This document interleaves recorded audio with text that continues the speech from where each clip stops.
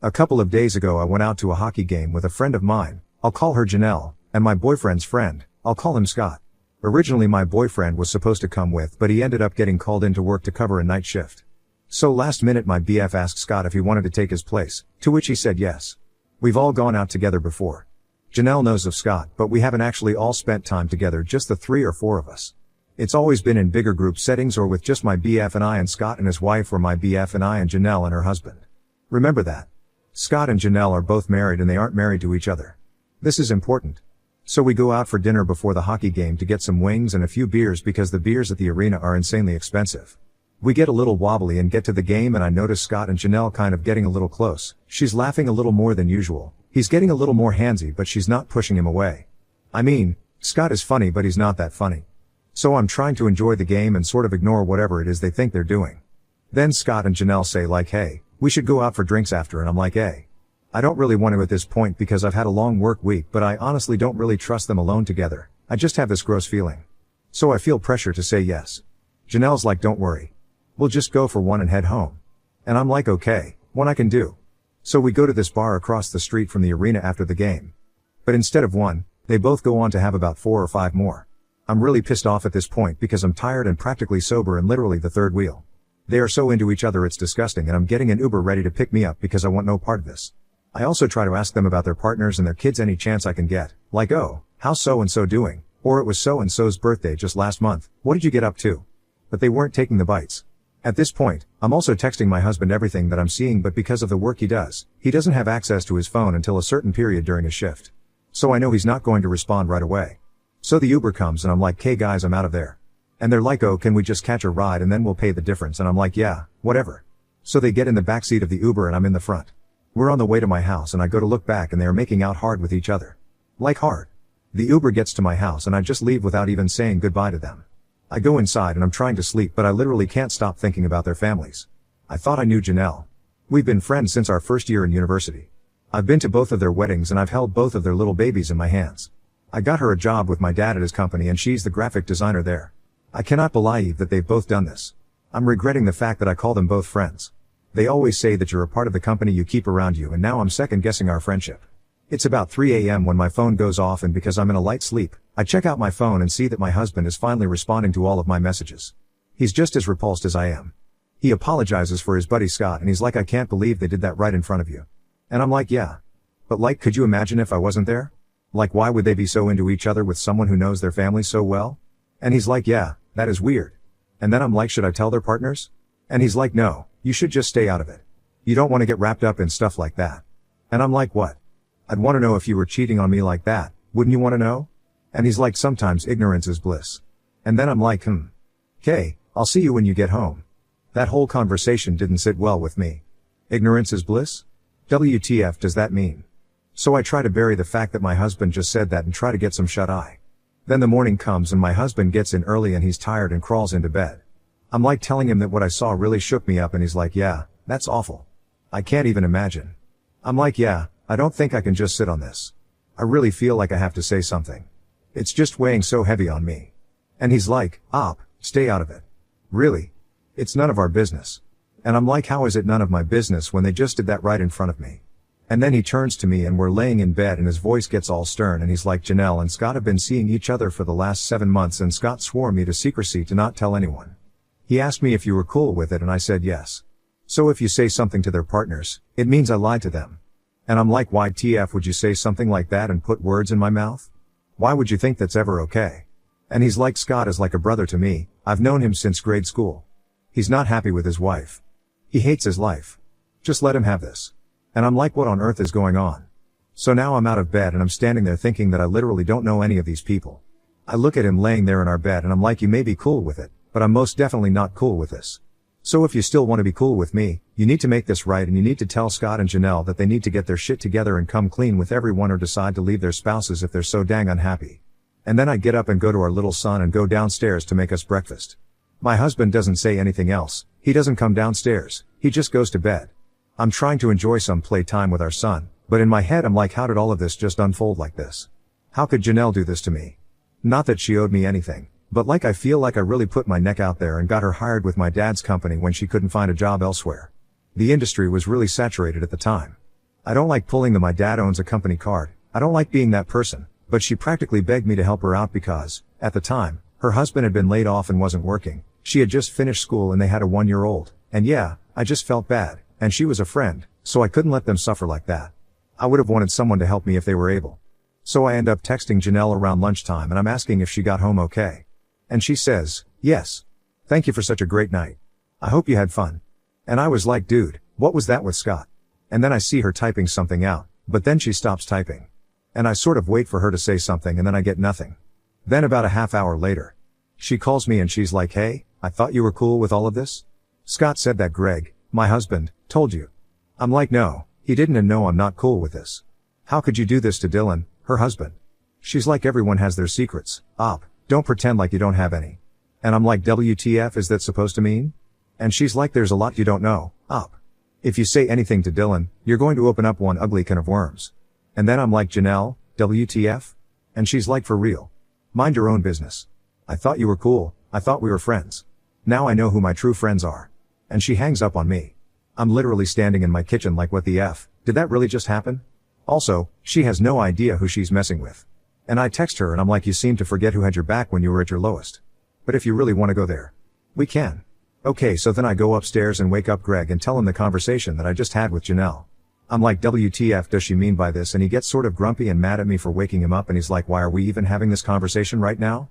I told you to leave it alone and now you've just pissed her off. And then he looks at his phone and sees that both Scott and Janelle have left him voicemails and text messages. And he's like, great. They're probably both livid. And then he gets up and he's like, damn it, Op, why couldn't you have just left it alone? And I said, because it's the right thing to do. If she's lying to me about this, then what else could she be lying and hiding from me? And he's like, just leave it to me, I'll give them a call and calm them down. And I'm like, we shouldn't even be having anything to do with these people. And he's like, these people are our friends. And I'm like, how can we associate with people who do this to their loved ones and make us lie for them and hide the truth from people?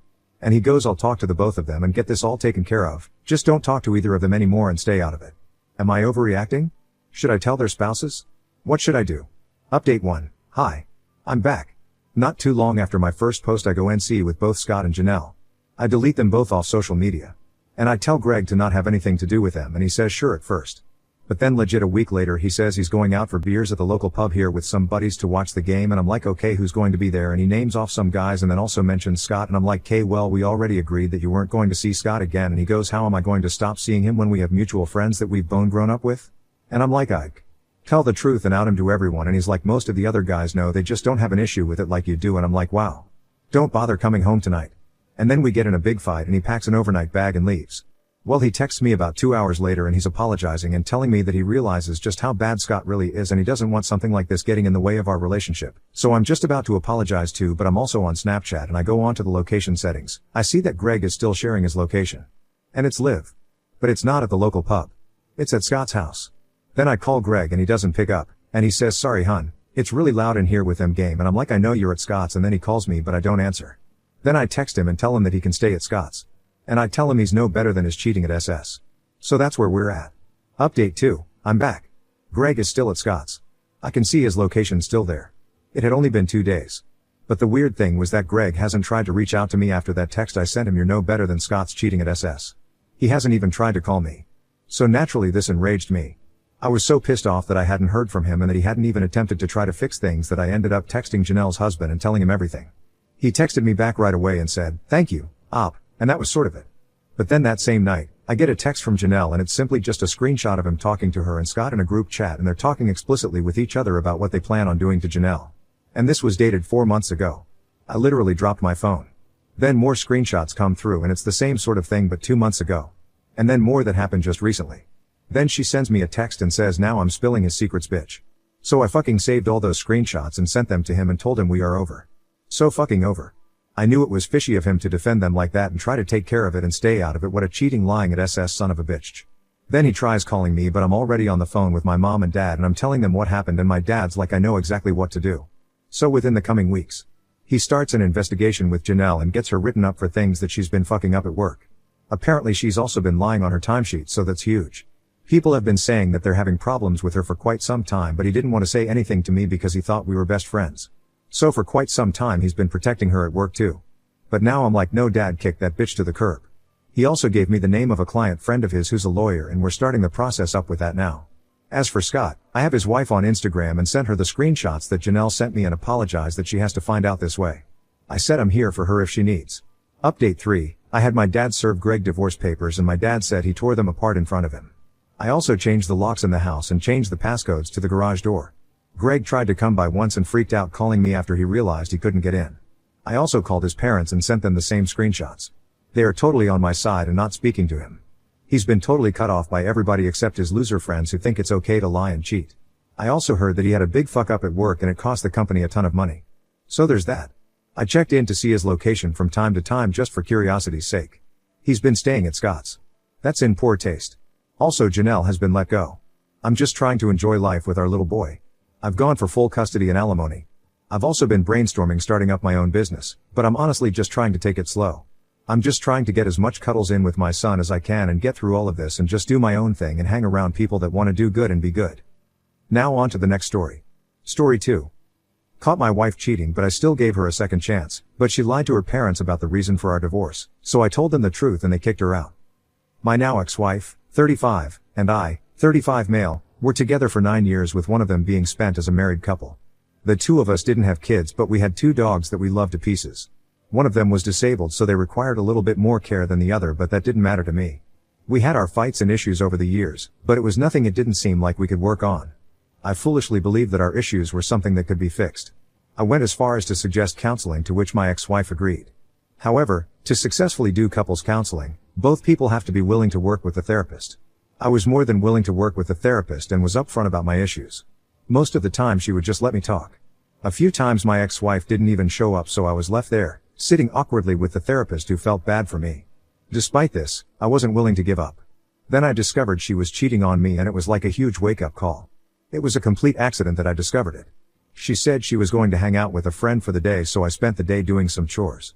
This included going to the grocery store to grab some things for dinner.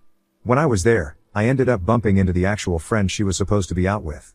I asked the friend where my wife was. Her friend seemed confused, so right then I knew something was up. Why would she lie about hanging out with a friend that she wasn't hanging out with? It was hard to do the grocery shopping when my mind was focused on where my wife was, but I managed to do it. When I got home, I waited for my wife to come home. She came in the door, greeting me like nothing was wrong.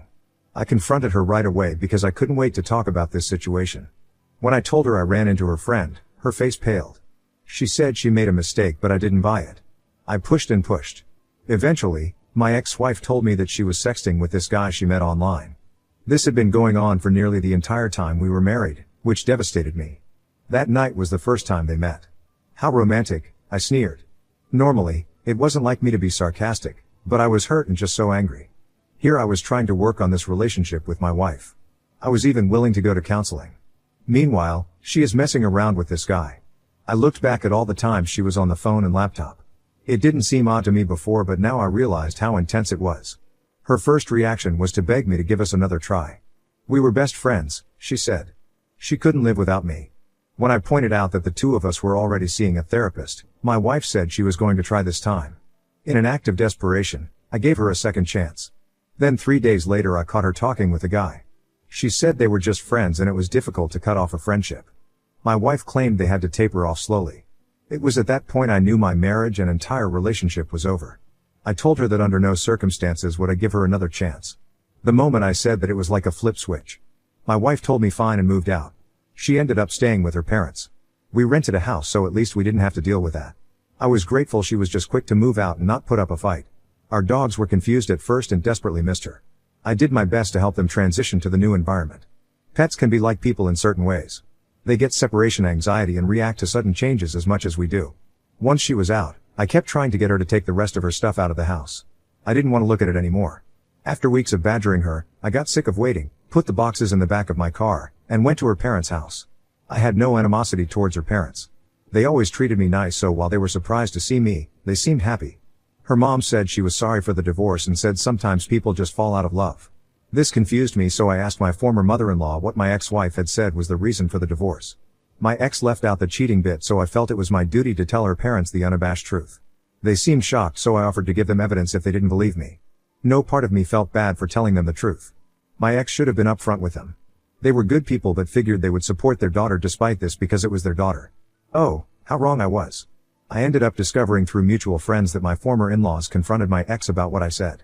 She denied it, but when they said I offered to show them proof, she admitted that she did step outside the marriage. Her parents then told my ex that she had 30 days to find a new place. At the end of those 30 days, she would have to get out regardless if she found other accommodation. My former mother-in-law did reach out to me to apologize, saying they didn't raise their daughter to have terrible morals like that. I accepted the apology even though it wasn't their fault. How were they to know what their daughter would do as an adult? I got quite a few angry and explicit texts from my ex after her parents kicked her out. She told me that she could be homeless and shamelessly demanded that I let her stay in our old apartment. At least until she got on her feet. My response was to tell my ex to go stay with her app. If he cared about her so much, then surely he'd let her stay. I blocked any possible numbers she could contact me from and started the next phase of my life. Trying to heal from this relationship was by far the most difficult thing I had ever tried to do. I had my family and friends beside me, but they could only do so much because unless you've been through this situation, it was hard to relate. However, spending time with those who care about me, going to therapy for just myself, and just taking one day out of the week to take a walk or something proven to help. I still am in the middle of the healing process, but I know I've come a hell of a long way since first discovering her affair. As far as I know, my ex still isn't talking to her parents and is couch surfing until she can officially move into her new apartment. There are times she still tries to reach out to contact me, but outside of official channels regarding our divorce, we have no reason to talk. Let the app have my ex. He may think he has won the ultimate prize, but this couldn't be further from the truth. My ex is about as far from a prize as you can get.